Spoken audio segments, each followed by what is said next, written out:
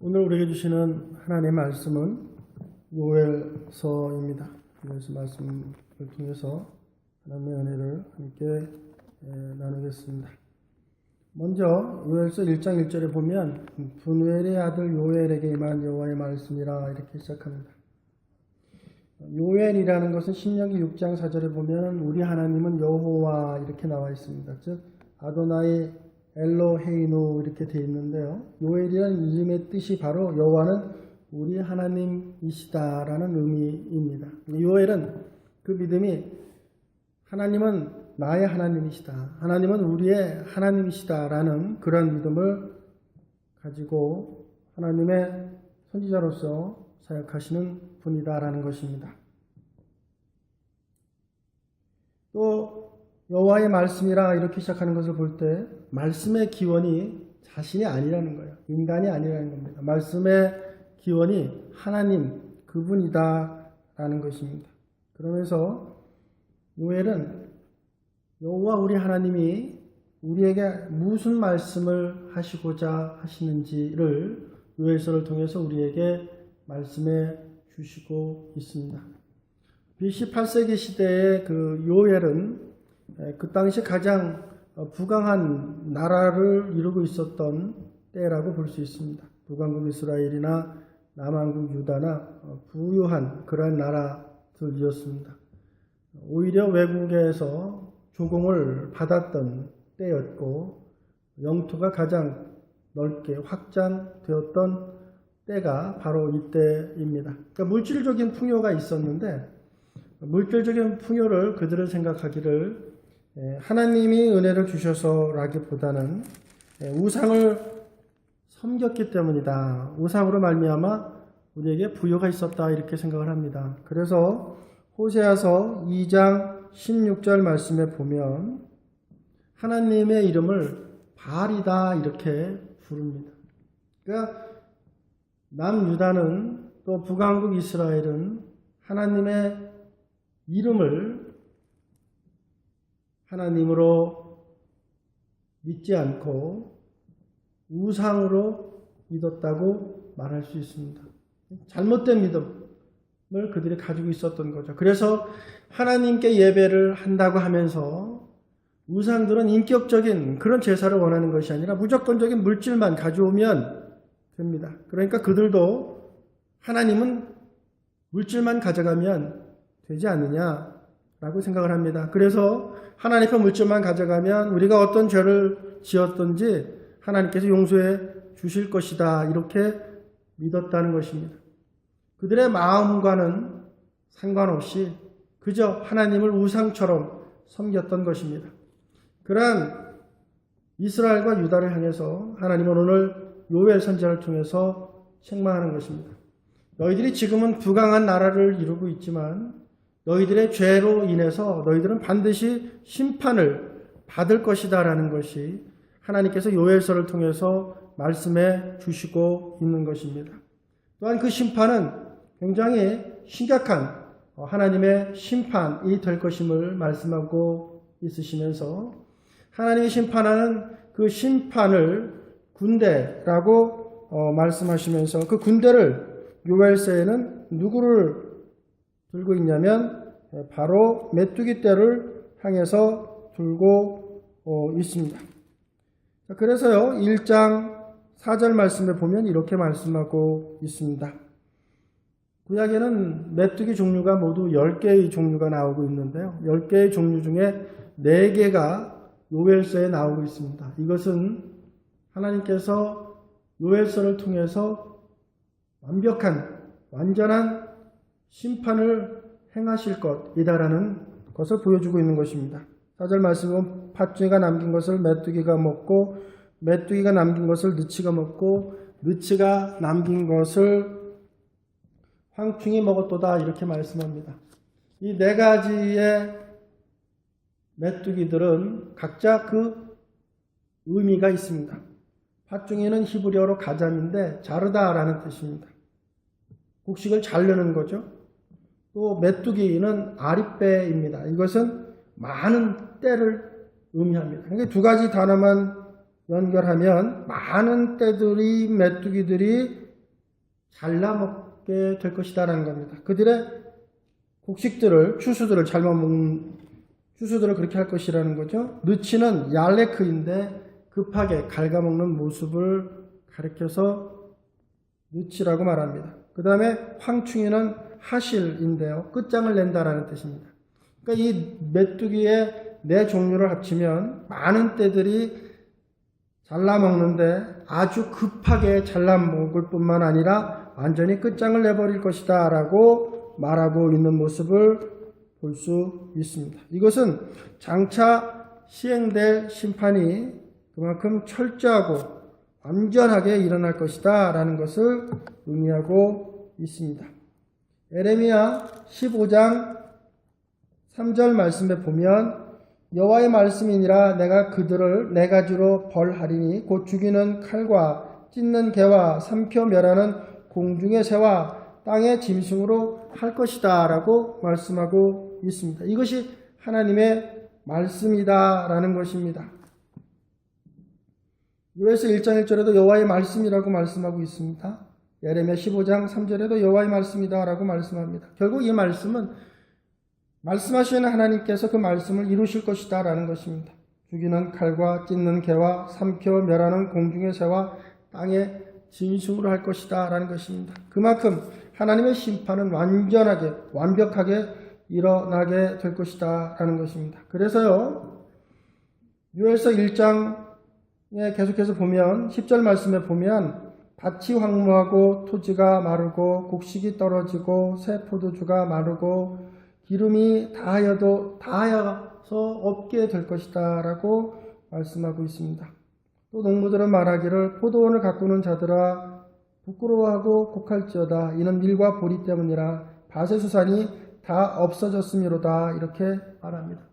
그래서 계속해서 포도나무가 대추나무가 사과나무가 밭의 모든 나무가 다 시들었고 말라버릴 것이다 라고 말씀하고 있는 모습을 볼 수 있습니다. 바로 그러한 일들이 하나님의 때 일어나게 될 것임을 말씀하고 있습니다. 요엘서 2장 4절 말씀부터 보면은 하나님의 심판이 이렇게 임할 것이라는 겁니다. 그의 모양은 말 같고 메뚜기를 이제 그렇게 군대처럼 이야기하고 있는 것을 볼 수 있어요.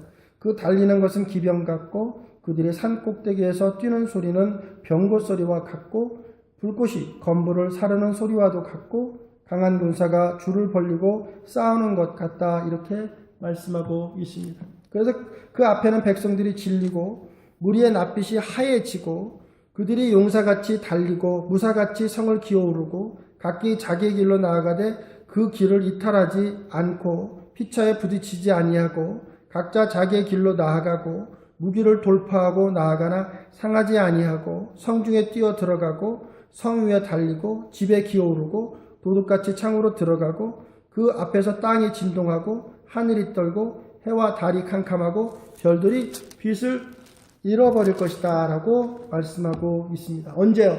여호와의 날 그런 일들이 있을 것이다 라는 것입니다. 그래서 요엘서 1장 15절의 말씀에 보면은 여호와의 날이 가까웠다 라고 말합니다. 즉 너희들이 회개하지 않고 지속적으로 죄를 저지르게 될 때 하나님께서는 반드시 그 심판을 행하실 것인데 메뚜기 떼를 통해서 하나님께서 심판하시는 것처럼 하나님의 심판은 완벽하게 일어날 것임을 말씀하시고 계십니다. 그래서 여호와의 날을 보면은요 2장 1절에도 여호와의 날이 이를 것이다 라고 말씀하고 있죠. 또 2장 11절 말씀에도 여호와의 날이 크고 두렵도다 라고 말씀하고 있습니다. 또한 여호와의 날, 그날에 대해서는 2장 18절 또 2장 28절 3장 1절에 나오고 있습니다. 자, 그런데요 이 첫 번째 나오는 여호와의 날과 두 번째 나오는 그때 그 후에 보라 그날이라는 이 날과는 약간 다른 의미를 가지고 있습니다. 즉 하나님에게 범죄한 자들에 대해서는 하나님께서 이렇게 심판하실 것이지만 하나님 앞에 회개하고 하나님 앞에 진정을 마음으로 통회하고 자복하는 이들에게는 그날이 축복의 날이 될 것이다 라는 것을 말씀하고 있는 것입니다. 그러므로 하나님의 사람인 우리는 하나님의 말씀에 따라서 겸손한 마음으로 삶을 살아나가야 될 것입니다. 자, 하나님께서는 요엘서 1장 13절에 이렇게 말씀하고 있어요. 제사장들아 너희는 굵은 배로 동이고 슬피 울지어다 이러면서 이제 이야기하고 있습니다. 그러면서 14절에 너희는 금식일을 정하고 성회를 소집하고 그러면서 모두 성전으로 모여서 여호와께 부르짖기를 권면하고 있습니다. 이것이 하나님께서 이스라엘 백성들, 유다 백성들, 즉 하나님을 하나님으로 믿는 성도들에게 원하시고 있는 것입니다. 결국 우리들에게 말씀하고 있는 것이죠. 우리가 풍요롭지만 그 풍요로움이 우리가 하나님을 떠나게 되는 그러한 계기가 된다면 그 풍요는 절대로 우리에게 복이 되지 않을 것입니다. 승리가 혹은 우리가 뭔가 이룬 그것이 하나님께 범죄하는 그러한 기회를 우리에게 제공하지 않도록 우리는 더욱더 겸손해야 될 것입니다. 자, 하나님께서는 이렇게 하나님의 백성들이 죄를 지을 때 그것에 대한 심판이 있을 것임을 이야기하면서요. 1장 6절에 이렇게 말씀하고 있습니다. 다른 한 민족이 내 땅에 올라왔으므로다 그럽니다. 7절 말씀에도 보면은 내 포도나무를 멸하고 내 무화과나무를 긁어 맑게 벗겨서 버리니 이렇게 말씀하고 있는 모습을 볼 수 있어요. 이러면서 여기서 중요한 게 뭐냐면 하나님께서 그 땅을 말하면서 내 땅이다 라고 그럽니다. 포도나무나 무화과나무를 말씀하시면서 내 포도나무, 내 무화과나무다 라고 말합니다. 하나님께서 분명 범죄한 유다를 향해서 책망하시지만 그 책망을 통해서 하나님께서 정말로 원하시는 것은 내가 너희들을 사랑한다라는 겁니다. 이것이 하나님입니다. 하나님은 우리를 사랑하시되 끝까지 사랑하시는 하나님이십니다. 그러게 하나님께서는 범죄한 이스라엘을 향해서도 내가 너희를 사랑한다라고 말씀하시고 있는 것입니다. 신약에도 고린도전서를 보면 사도 바울이 고린도 교회를 향해서 말씀하시는 것을 우리가 기억할 수 있죠. 고린도는 상당히 타락한 그런 도시입니다. 영지주의자들이 판을 치는 그런 곳입니다. 쾌락주의자들도 있고 금욕주의자들도 있고 또 교회를 혼란스럽게 하는 그런 자들도 교회 내에 많이 있었습니다. 그럼에도 불구하고 사도 바울은 고린도 교회를 향해서 내가 고린도 교회를 사랑한다라고 말합니다. 그것이 고린도서 1장 3절입니다. 하나님 우리 아버지와 주 예수 그리스도로부터 은혜와 평강이 있기를 원하노라. 그러면서 4절에 그리스도 예수 안에서 너희에게 주신 하나님의 은혜로 말미암아 내가 너희를 위하여 항상 하나님께 감사하노니 그럽니다. 사도 바울은 그 죄악이 많은 고린도 교회를 향해서 내가 너희들 때문에 하나님께 감사한다 라고 말합니다. 이것이 사도 바울의 마음이었습니다. 왜 그랬을까요? 사도 바울은 바로 하나님께서 유다를 사랑하는 그 사랑을 역시 하나님의 사람이었던 사도 바울도 같이 가지고 있었기 때문입니다. 비록 유다가 범죄했지만 하나님은 그 이스라엘을 잊어버리지 않겠다라는 것입니다.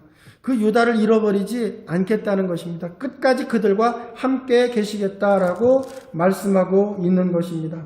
요엘서 2장 27절 말씀에 보면 이렇게 말씀하고 있어요. 그런즉 내가 이스라엘 가운데 있어 너희 하나님 여호와가 되고 다른 이가 없는 줄을 너희가 알 것이다. 내 백성이 영원히 수치를 당하지 아니하리로다. 이렇게 말씀합니다.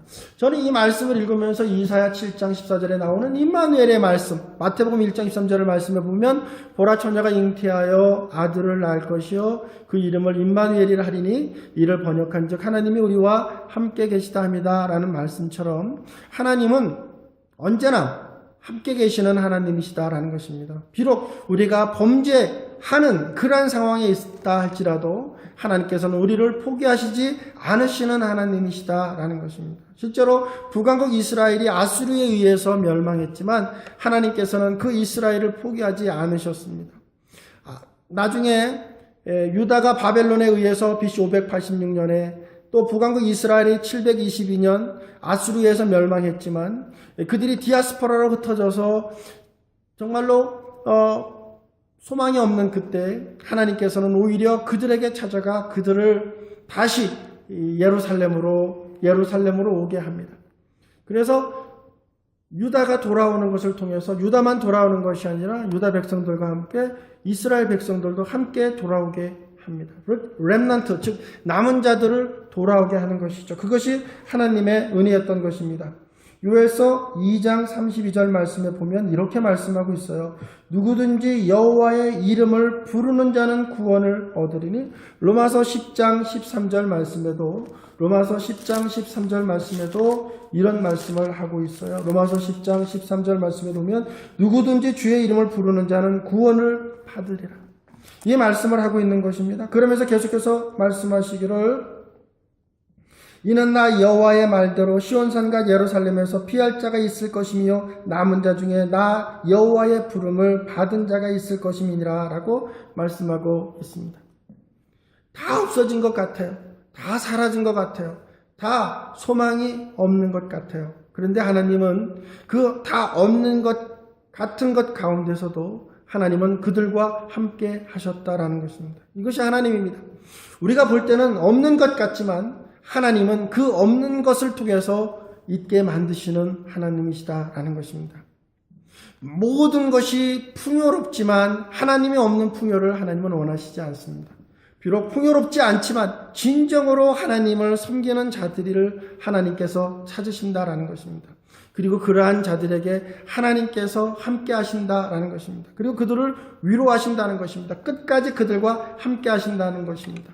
눈동자와 같이 보호하신다라는 것입니다. 그래서 그들에게는 하나님은 피난처가 되시고 하나님께서는 뜨거운 여름에 만나 시원한 바위 그늘 되시고 시편 18편 1절 말씀처럼 여호와는 그들의 힘이 되시며 그러기에 하나님의 사람은 시편 121편 말씀처럼 내가 산을 향하여 눈을 들리라 나의 도움이 어디서 올꼬 나의 도움이 천지를 지으신 여호와에게서로다 라고 고백하는 그런 믿음의 사람들이 되어야 될 줄로 믿습니다.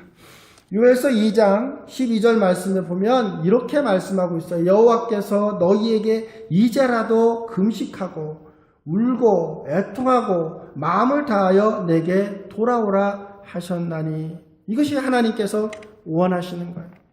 하나님께서 원하시는 것은 당장 그가 돌아오기를 원한다는 것입니다. 나간 자가 돌아오기를 원한다는 것입니다. 비록 그들이 죄악 가운데 있지만 하나님은 그들에 대한 사랑과 그들에 대한 기대를 멈추신 적이 없으시다라는 것입니다. 그러면서 말씀하시기를 너희는 옷을 찢지 말고 마음을 찢고 너희 하나님 여호와께로 돌아올지어다. 그가 은혜로우시고 자비로우시고 노하기를 더디하시고 인애가 크시고 뜻을 돌이켜 재앙을 내리지 아니하실 것이다 라고 말씀하시고 있습니다. 이것이 하나님입니다. 이렇게 하나님은 의인의 간구를 들어주시는 하나님이십니다. 이것이 하나님입니다. 하나님은 사랑하는 것에 있어서만큼은 정말로 우리가 이해할 수 없을 정도로 그렇게 우리를 극렬함 가운데 사랑하시는 분이다라는 것입니다. 야고보서 5장 16절 말씀에도 의인의 간구는 역사하는 힘이 많다라고 말씀하시고 있고요. 아모스서 7장 3절 말씀에도 보면은 하나님께서는 아모스 선지자가 하나님이여 범죄한 이스라엘을 하나님께서 무너뜨리지 마십시오. 하나님이여 저들을 지켜주시옵소서, 저들을 보호해 주시옵소서 라고 간절히 기도했을 때 하나님께서는 그 마음을 돌이키셨다라고 말씀하고 있는 모습을 볼 수 있습니다. 이것이 하나님입니다. 하나님은 이렇게 범죄한 자들이라고 할지라도 그 하나님 앞에 간절히 간구하면 하나님께서 그 뜻을 돌이키신다라는 사실을 알 수 있습니다. 이렇게 하나님께서 그 뜻을 돌이키시는 것은 출애굽기 32장 32절, 역대상 21장 5절, 역대하 7장 14절, 에레미야 18장 8절, 요엘서 2장 13절 말씀 같은 데서도 계속해서 나오고 있는 모습을 볼 수 있습니다. 이렇게 반복적으로 나오고 있는 것은 하나님께서는 믿는 자들이 끝까지 믿기를 원하시고 한 사람도 예외 없이 구원받기를 원하시는 것이 하나님의 소망이요, 하나님의 사랑이다라는 것을 말씀하고 있는 것입니다. 그러기에 믿는 자들은 자신의 믿음을 확신하고 끝까지 인내하며 하나님께 영광 돌리기를 소망하며 삶을 살아나가야 될 것입니다. 그 하나님은 임마누엘로 어제나 오늘이나 영원토록 동일하게 함께 하실 것입니다. 자, 여러분 다시 요엘서 1장 6절 말씀을 보면은 다른 한 민족이 내 땅에 들어왔다고 말합니다. 즉 이스라엘이 범죄하자 그 땅이 고난당할 것이다라는 것을 말씀하고 있어요. 이것은 창세기에도 보면은 창세기 아담과 하와가 범죄했을 때 하나님께서 아담과 하와의 범죄로 멈추지 않고 창세기 4장 17절 말씀에 보면 땅은 너로 말미암아 저주를 받을 것이다 라고 말씀하고 있습니다. 창세기 5장 29절 말씀에도 그와 비슷한 말씀을 하고 있는데요. 창세기 5장 29절에 여호와께서 땅을 저주하심으로 땅이 저주를 받아요. 그래서 땅이 어려움을 겪습니다. 로마서 8장에 볼까요? 로마서 8장 21절 말씀에도 보면 로마서 8장 22절 말씀에도 보면 피조물이 다 이제까지 함께 탄식하며 함께 고통을 겪고 있는 것을 우리가 아느니라 그랬어요. 이렇게 하나님 앞에 범죄하는 자들이 있을 때 그 사람만 고통당하는 것이 아니라 그 사람과 함께 있는 피조물들도 고난과 고통을 당한다라는 사실을 기억해야 됩니다. 그러기에 우리는 하나님의 사람으로서 정말로 하나님 앞에 거룩한 삶을 살기를 소망하고 살아야 될 것입니다. 또한 내 포도나무를 멸하며 내 무화과나무를 긁어 맑게 벗겨서 버렸다라고 1장 7절에 이야기하고 있는 모습을 볼 수 있어요. 이것이 유다의 영적 현실의 참혹함을 영적으로 보여주고 있는 것입니다. 그런 영적으로 정말로 참혹한 정말 하나님께 재물을 가지고 나와서 정말로 자신들이 볼 때는 하나님 이 정도면 됐지요. 이 정도면 충분하죠. 근데 하나님은 그 마음을 보신다는 거예요. 그 마음은 그렇지 않다는 겁니다. 그 마음은 피폐하다는 것입니다. 그럼에도 불구하고 하나님께서는 그들을 향해서 내 포도나무요 내 무화과나무라고 말합니다. 포도나무와 무화과나무는 하나님의 나라를 상징하는 나무들입니다. 그래서 이스라엘 사람들 유대인들은 무화과나무 아래에 혹은 포도나무 아래에 거한다라는 것은 즉 하나님 나라에서 진정한 축복을 누리며 삶을 살아나가는 삶을 산다라는 것입니다. 그런데 그런 포도나무와 무화과나무가 열매와 결실을 맺지 못한다라는 것은 결국 그들이 이 땅에서 곤고를 당하고 어려움을 당하며 삶을 살아나가게 될 것이다라는 것입니다. 그러나 하나님께서 그 포도나무와 무화과나무를 가리켜서 내 포도나무요 내 무화과나무요 내 땅이라고 말씀하시는 것을 통해서 오늘 우리에게 주시는 위로는 무엇이냐면 비록 너희들이 죄를 지어서 하나님의 심판을 받지만 너희들이 회개하고 돌아온다면 내가 너희들을 포기하지 않고 너희들을 하나님의 나라로 받아주겠다라고 말씀하고 있는 것입니다. 그래서요 요에서 2장 20절 말씀에 보면 하나님께서 이렇게 이제 말씀하고 있는데요. 내가 북쪽 군대를 너에게서 멀리 떠나게 할 것이다 라고 말합니다.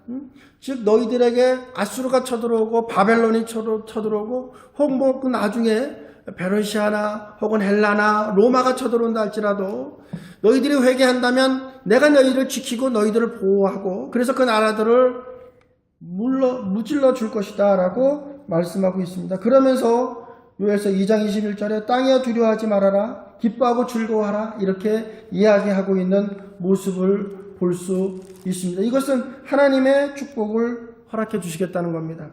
요에서 3장 18절 말씀에도 보면 산들이 단 포도주를 낼 것이고 유다 모든 시내가 물을 흘러내릴 것이고 여호와의 성전에서 샘이 흘러나올 것이다 라고 말씀합니다. 이것이 하나님의 뜻입니다. 소망입니다.